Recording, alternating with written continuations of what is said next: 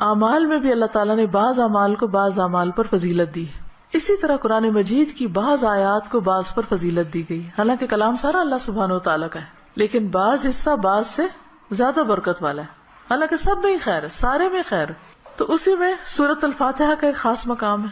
اور سورۃ الفاتحہ جو ہے اس کو سورۃ شفا بھی کہا گیا ہے، رقیہ بھی کہا گیا ہے. اس کو ہر نماز میں پڑھنے کو واجب قرار دیا گیا ہے. اور پھر اس کو پڑھ کر اگر دم وغیرہ کیا جائے تو وہ بھی فائدہ مند ہوتا ہے. اور تجربے سے یہ بات ثابت ہے.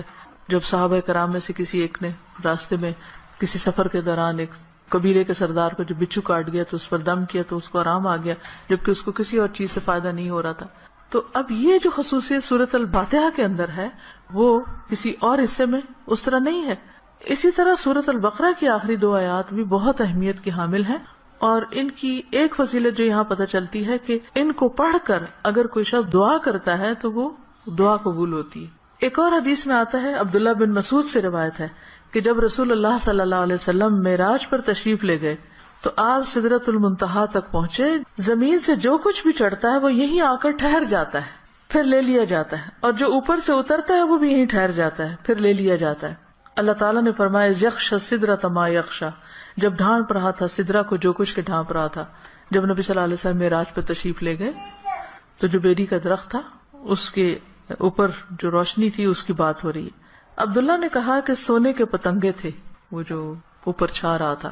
پھر رسول اللہ صلی اللہ علیہ وسلم کو وہاں 3 چیزیں دی گئی تھی. ایک تو 5 نمازیں، دوسری سورۃ البقرہ کی یہ آخری آیات، اور تیسری آپ کی امت میں سے اس شخص کے باقی تمام تباہ کرنے والے گناہوں کو اللہ نے بخش دیا جو اللہ کے ساتھ کسی کو شریک نہ ٹھہرائے، جو شرک نہ کرے. تو یہ 3 چیزیں ملی تھی جن میں نماز کا ذکر عام طور پر ملتا ہے کیونکہ اس کے بارے میں مزید وضاحت سے احادیث بھی ہیں. تو اس حدیث سے کیا پتہ چلتا ہے کہ سورۃ البقرہ کی آخری 2 آیات عرش کے نیچے سے ایک خاص خزانے سے نصیب ہوئی ہیں، اور یہ نبی صلی اللہ علیہ وسلم ہی کو ملی ہے، باقی انبیاء کو نہیں دی گئی. ایک اور روایت سے پتہ چلتا ہے، نعمان بن بشیر سے روایت ہے کہ نبی صلی اللہ علیہ وسلم نے فرمایا کہ اللہ تعالیٰ نے آسمان و زمین پیدا کرنے سے 2000 سال پہلے ایک کتاب لکھی. اس کتاب میں سے 2 آیات اتاری جن کے ساتھ سورۃ البقرہ کو ختم کیا. کب کی بات ہے یہ؟ زمین و آسمان کے پیدا کرنے سے 2000 سال پہلے کی بات. قلم کب پیدا ہوا تھا؟ 50,000 سال پہلے، باقی چیزوں کی تخلیق کے. جس گھر میں 3 رات یہ آیات پڑھی جائیں شیطان اس کے قریب نہیں آتا. رسول اللہ صلی اللہ علیہ وسلم نے فرمایا مجھے سورۃ البقرہ کی آخری آیات عرش کے نیچے ایک خزانے سے دی گئی. مجھ سے پہلے یہ آیات کسی نبی کو نہیں دی گئی، یعنی یہ آپ کی خاص خصوصیت ہے کہ آپ کو یہ نصیب ہوئی. اور پھر ایک اور جگہ یہ بات بھی پتہ چلتی ہے ان آیات کے بارے میں کہ جو شخص رات کے وقت ان آیات کو پڑھ لیتا ہے تو وہ اسے ہر چیز سے کافی ہو جاتی. تو آپ اس کو اپنی عادت بنا سکتے ہیں، رات کو سونے سے پہلے پڑھ لیں، یا کسی نماز میں پڑھ لیں، مغرب یا عشاء کی نماز میں پڑھ لیں، یا ویسے ہی بیٹھ کے پڑھ لیں، کیونکہ ان کی فضیلت بہت زیادہ ہے. تو ان آیات کا ترجمہ جو ہے وہ آپ دیکھ سکتے ہیں قرآن پاک ترجمے والے سے. لیکن یہ ہے کہ جو خاص بات ان آیات میں کی گئی ہے، پہلے تو اس میں ایمان پر بات ہے کہ رسول خود بھی ایمان لائے ہیں اور سارے مومن بھی. کن کن چیزوں پر؟ اللہ پر، ملائکہ پر، کتب پر، رسول پر. دوسری اہم بات لا نفرق بین احد من رسلہ، کہ ہم رسولوں کے درمیان فرق نہیں کرتے. فضیلت جو اللہ نے ان کو دی وہ اللہ ہی نے دی، لیکن ہمارا کیا فرض بنتا ہے کہ سب پر ایمان لائیں. اور پھر صحابہ کرام نے کیا کہا؟ وقالوا سمعنا واطعنا، کہ ہم نے سنا اور ہم نے اطاعت کی، ہم ایمان لے آئے اور جو کچھ ہمیں کہا جائے گا ہم اس کو مانتے ہیں. ہمیں اس کے بدلے کیا چاہیے؟ غفرانک، تیری بخشش چاہیے. یعنی بندہ اللہ کی بات مانتا ہے اور اللہ تعالیٰ اس کے ساتھ بخشش کا وعدہ کرتا ہے. ربنا والیک المصیر. اور یہ بخشش کیوں ضروری ہے کہ اللہ تعالیٰ ہم کو معاف کر دے؟ کیونکہ ہم نے اللہ کی طرف پلٹنا ہے، لوٹنا اسی کی طرف، رجوع اسی کی طرف. پھر فرمایا کہ لا یکلف اللہ نفسا الا وسعها، ہر بندے سے حساب اتنا ہی ہے جتنی وہ استطاعت رکھتا ہے، اسی کا مکلف ہے، اس سے زیادہ اس سے نہیں پوچھا جائے گا. چاہے جسمانی صحت ہو، چاہے مال ہو، چاہے اولاد یا عقل یا کچھ بھی، تو ہر شخص کا حساب اتنا ہی ہے. لہا ما کسبت وعلیہا ما اکتسبت، اسی کو ملے گا جو اس نے نیکیاں کی اور اسی کے ذمہ ہے وبال جو اس نے غلط کام کیے. فائدہ بھی اسی کا اچھے کام کرنے کا، نقصان بھی اسی کا غلط کام کرنے کا. تو پھر ہم دعا کیا کرتے ہیں؟ ربنا لا تؤاخذنا ان نسینا او اخطانا، اللہ اگر ہم بھول جائیں یا ہم سے خطا ہو جائے تو ہمیں پکڑنا نہیں، مؤاخذہ نہیں کرنا.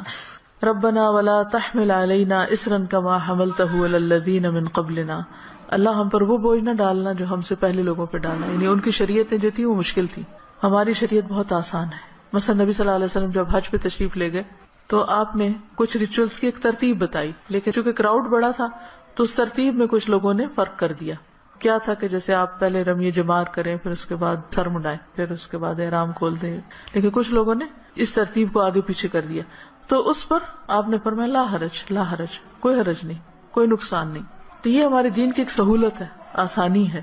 تو یہاں دعا یہ مانگی جا رہی کہ اللہ جس طرح پچھلے لوگوں کے اوپر پابندیاں لگ گئی تھی یا ان کو کچھ مشکلات ہوئی تھی تو ہمیں اس سے محفوظ رکھنا. ربنا ولا تحملنا ما لا طاقت لنا بہ, اللہ ہمارے اوپر ایسا بوجھ نہ ڈالنا جس کی ہمیں طاقت نہیں.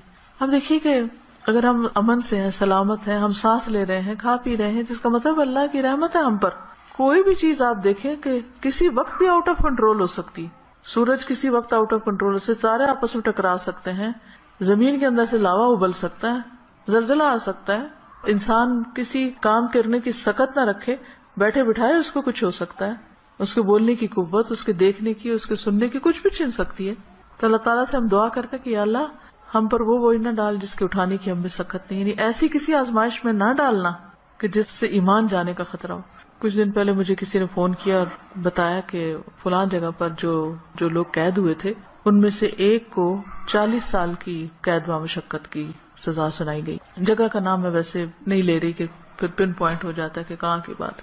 تو میری بیٹی نے کہا کہ میرے ذہن سے یہ بات اتر ہی نہیں رہی, کیونکہ جو اس آدمی کی بیوی تھی اس نے فوراً ہی خلا لے لی کہ میں تو اتنا ویٹ نہیں کر سکتی, اور حالانکہ اس کی بچی بھی تھی چھوٹی. اور 40 سال تک کون جیتا ہے ماں باپ میں سے, بہن بھائیوں میں سے, کہ جو اس کو پیچھے ملنے کے لیے جائیں, اور سزا بھی کوٹڑی کی سزا ہے کیونکہ تکلیف دہ قسم کی سزا ہے. تو وہ کہتے اس شخص کی بیوی نے خود آ کے بتایا کہ میں یعنی کہ کس طرح یہ سب کچھ ہوا اور کیسے وہ پکڑا گیا اور کیسے سزا ہوئی, کس طرح میں نے خلا لے لی اور اب میں خود ارن کر رہی ہوں, اپنا زندگی چلا رہی ہوں. کہتی کہ مجھے جو چیز بہت زیادہ ڈسٹرب کر رہی ہے وہ یہ کہ دنیا میں بھی بعض اوقات لوگوں پر ایسی بڑی بڑی تکلیفیں آ جاتی ہیں کہ جس میں سارے ہی ساتھ چھوڑ جاتے ہیں, تو قبر میں کیا ہوگا, جہنم میں کیا ہوگا, کوئی حال نہیں پوچھنے آئے گا. اس لیے بہت ضروری ہے کہ ہم ایک تو دنیا میں بھی ایسی آزمائشوں سے پناہ مانگیں, کیونکہ آپ دیکھیں کہ آپ کو 40 سال ایک کمرے کے اندر رہنا پڑے یا ایک 4 دیواری کے اندر رہنا پڑے تو انسان کی حالت کیا ہو جائے. ہم اچھے بھلے کھاتے پیتے چلتے پھرتے, ہم کہتے ہیں جی اب ہمارے فزیکل چینجز آ رہے ہیں, اب ہم جوان ہو رہے ہیں, اب ہم بوڑھے ہو رہے ہیں, اب ایسا ہو رہا ہے, ابھی ویسا ہو رہا ہے. تو ایک شخص جس کی جوانی بڑھاپا سب کچھ ایک جیل کے اندر گزرے, اس کی کیفیت کیا ہو سکتی ہے جس کی کہ مجھے 40 سال یہاں رہنا ہے, 40 سال یہاں, اس کے لیے تو زندگی ایک طرح سے ختم ہے. تو میں نے اس کو سمجھایا کہ دیکھو 40 کے بعد نکلے گا تو صحیح نا, اگر زندہ رہا, اول تو پتہ نہیں کب تک زندہ. سوچو ان لوگوں کے بارے میں, تم اس سے زیادہ ڈسٹرب ہو تم ان کے بارے میں کہ جو قبر میں اس سے بڑی جیل میں, اور جو آخرت میں پکڑے جانے والے ہیں, ان کا کیوں نہیں تم سوچ رہی, ان کے لیے کچھ کرو. ہم سب کا فرض بنتا ہے کہ کوئی اچھی بات ہمیں پتا ہے تو ہم دوسروں کے ساتھ شیئر کرتے رہیں تاکہ وہ بھی گناہوں سے بچیں. اسی سے آپ سوچیں کہ دنیا میں 40 سال ایک جیل میں گزارنا ایک وحشت ناک تصور لگتا ہے, کیونکہ ہم ریلیٹ کر سکتے ہیں نا اس کو. لیکن قبر میں کوئی چلا جاتا مٹی کے نیچے, بھول گئے سب کون گیا کیا ہوا, وہاں تو کسی کی چیخ بھی باہر نہیں سنائی دینی. اور لوگ کیسے کیسے غلط کام کر رہے ہیں, خود ہم پتہ نہیں کہاں کہاں غلطیاں کر رہے ہیں. اللہ تعالیٰ ہم سب کو معاف کر دے. تو بات یہ ہے کہ اللہ سے یہ دعا مانگتے رہنا چاہیے کہ یا اللہ ایسی ہمارے اوپر آزمائش نہ لانا, ایسی مشقت نہ آئے کہ جس کو ہم اٹھا نہ سکے, چاہے وہ کوئی بیماری ہو, کوئی مرض ایسا ہو. آپ دیکھیں کہ بعض بیماریوں میں پین ہوتی ہے, بعض میں تکلیف ہوتی ہے, ناقابل برداشت حد تک تکلیف ہوتی. اس وقت انسان کے لیے صبر کرنا اور اپنے آپ کو کنٹرول میں رکھنا کہ منہ سے کوئی غلط بات نہ نکلے, اور اگر منہ سے تو چھوڑے دماغ میں بھی برا خیال نہ, کیونکہ حدیث میں آتا نا کہ تم اس وقت تک نہ مرو جب تک تمہارا حسن ظن اللہ کے بارے میں نہ ہو. اس کا مطلب نہیں کہ موت اپنے ہاتھ میں لے لو, اس کا مطلب یہ ہے کہ مرتے وقت تم اللہ سے اچھا ہی گمان رکھو تو تمہیں موت آئے. لیکن آپ کو پتہ ہے جب تکلیف کی شدت ہوتی ہے نا تو گمان اچھا رکھنا سب سے مشکل کام ہے, بہت مشکل. اس وقت مایوسی کی طرف سوچ ہو جاتی ہے فوراً. تو ربنا ولا تحملنا ما لا طاقت لنا بہ, اللہ ہم پہ وہ بوجھ نہ ڈال جس کے اٹھانے کی ہمیں طاقت ہی نہیں, ہم بہت کمزور انسان ہیں. ربنا ولا تحملنا ما لا طاقت لنا بہ واعف عنا واغفر لنا وارحمنا. یہ جو 3 لفظ ہیں جب انسان پڑھتا ہے تو سوچتا ہے یہ ایسا کیوں ہے، معاف کر دے، بخش دے، رحم کر، کیونکہ یہ بہت شدید ضرورت ہے ہماری کہ اللہ ہم کو معاف کر دے. ہم بہت غلطیاں کرتے ہیں، یعنی اس میں تاکید اور تکرار ہے. واعف عنا واغفر لنا وارحمنا. اگر شعوری طور پہ ہم ہر روز پڑھیں کم از کم ایک دفعہ تو کتنا فائدہ ہو سکتا ہے. انت مولانا فانصرنا علی القوم الکافرین. تو ہمارا مولا ہے تو دنیا میں بھی تو ہمیں کافر لوگوں پر مدد دے.